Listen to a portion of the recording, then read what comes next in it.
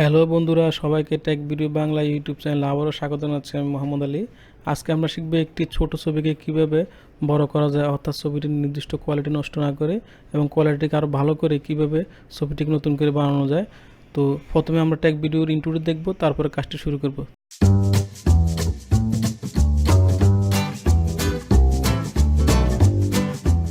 চলুন প্রথমে আমরা ফটোশপ প্রোগ্রামটিকে চালু করে নিই। অ্যাডোবি ফটোশপ আপনার পিসিতে ইনস্টল থাকবে, সেখান থেকে আপনি ফটোশপটি ওপেন করবেন। ফটোশপ ওপেন হওয়ার পরে আপনি যে ছবিটিকে বড় করতে চান সেই ছবিটি ওপেন করবেন।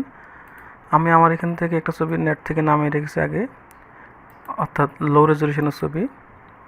ছবিটা খুবই ছোট, সাইজ দেখলে এখান থেকে দেখা যাবে অনলি 4.5 ইঞ্চি, পিক্সেলে দেখলে 325 পিক্সেল, 72 রেজলিউশন।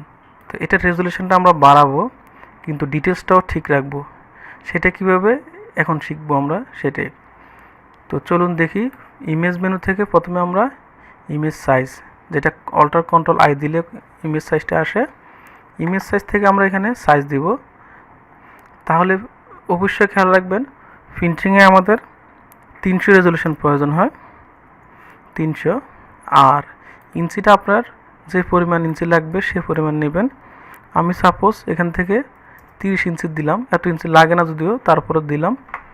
আপনি ছবিটি বড় করে ব্যবহার করবেন। আর এখান থেকে অটোমেটিক দেওয়া থাকে, অটোমেটিকের পরিবর্তে দেবো আমরা প্রিজার্ভ ডিটেলস ইনলার্জমেন্ট, অর্থাৎ অল্টার টু যেটা সেটা দিয়ে এখান থেকে রিডিউস যে নয়েজটা আছে সেটা 100% থেকে 50-র ভিতরে আমরা আপ ডাউন করে কমায় এবারে দেখব কি পরিমাণ ডিটেলস এখানে লাগতেছে। অর্থাৎ এখান থেকে আমি 70 দিলাম। 70 দেওয়ার পরে আমার ছবিটা রিসাইজ হয়েছে। রিসাইজ হওয়ার পরে দেখেন ছবিটার রেজলিউশন অনেকটা বাড়ছে, কিন্তু কিছু কিছু জায়গায় এই যে নয়েজগুলো আসছে সেই নয়েজগুলো আমরা এখন রিমুভ করব।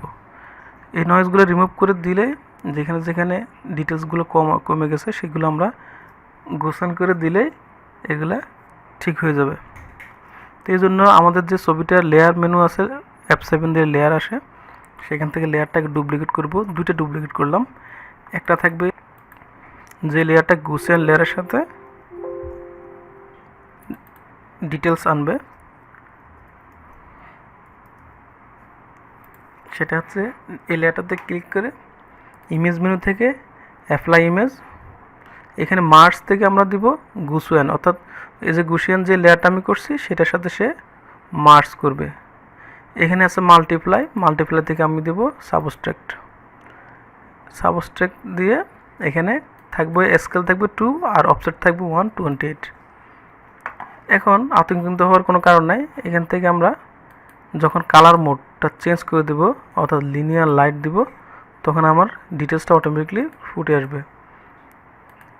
এখন গুসিয়ান লেয়ারটাতে আমরা গুসিয়ান দেব, ফিল্টার, ব্লোয়ার, গুসিয়ান। এখান থেকে একটু ছোট করি, যে জায়গাগুলোতে সমস্যা সেই জায়গাগুলো দেখি। এখান থেকে অ্যাডজাস্ট করে কমাইলে আমার ইয়েটা কমতেছে না, এখান থেকে গুছিয়ান বাড়াই, এই জিনিসগুলো আমরা ফিনিশ করে দেব।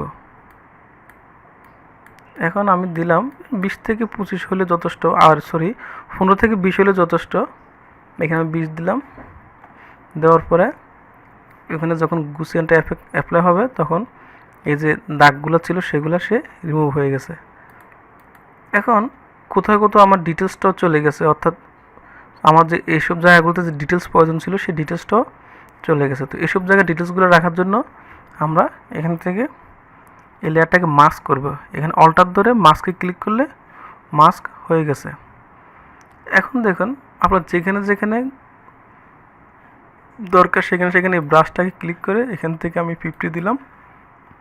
দেওয়ার পরে কিবোর্ড থেকে বি দিলেও হয়, অথবা ব্রাশ টুলটা নিয়ে এখানে আমি কালারটা চেঞ্জ করি। এখান থেকে কালোটাকে সাদা করব, যেহেতু আমার মাস্কিংয়ে কালো আছে। এখান থেকে সাদা দিব। সাদা দিয়ে এটাকে যেখানে যেখানে দাগগুলো আছে ডিটেলসগুলো তো ঠিক রাখবই, আর যেখানে যেখানে আমার নয়েজগুলো আছে সেই নয়েজগুলোর উপরে ব্রাশটাকে টেনে দিব। ব্রাশটাকে টেনে দিলে আমার যে নয়েজগুলো আছে সেই নয়েজগুলো চলে যাবে। আমি 50 রাখছি, আপনার ছবির ডিটেলসের কী পরিমাণ আছে সেটার উপর নির্ভর করে এখান থেকে কম বেশি করবেন। মাউস পয়েন্টার চেপে টেনে এখান থেকে যে পরিমাণ ফিনিশিং করা দরকার সেই পরিমাণ ফিনিশিং করবেন। খুব সহজ এবং সিম্পল, এটার জন্য খুব বেশি কাজ জানার দরকার হয় না, জাস্ট এই 3টি কাজ মনে রাখলে হবে। 3টা লেয়ার করবেন, এই 3টা লেয়ারে একটাতে অ্যাপ্লাই ইমেজ দিবেন, আর একটা লেয়ারে গুছান দিবেন, আর একটা লেয়ারে ডিটেলস রাখবেন যেটা লিনিয়ার লাইট হয়ে থাকবে। এই সিম্পল ওয়েটা ফলো করতে পারলে আপনি ছবি খুব সহজে ইনলার্জ করতে পারবেন। তো আশা করি বুঝতে পারছেন কিভাবে একটি ছোট রেজলিউশন ছবি বড় করা যায়। তাহলে আজকের মতো এখানে শেষ করতেছি, দেখা হবে পরবর্তী ক্লাসে। সেই পর্যন্ত সবাই ভালো থাকবেন। আল্লাহ হাফেজ।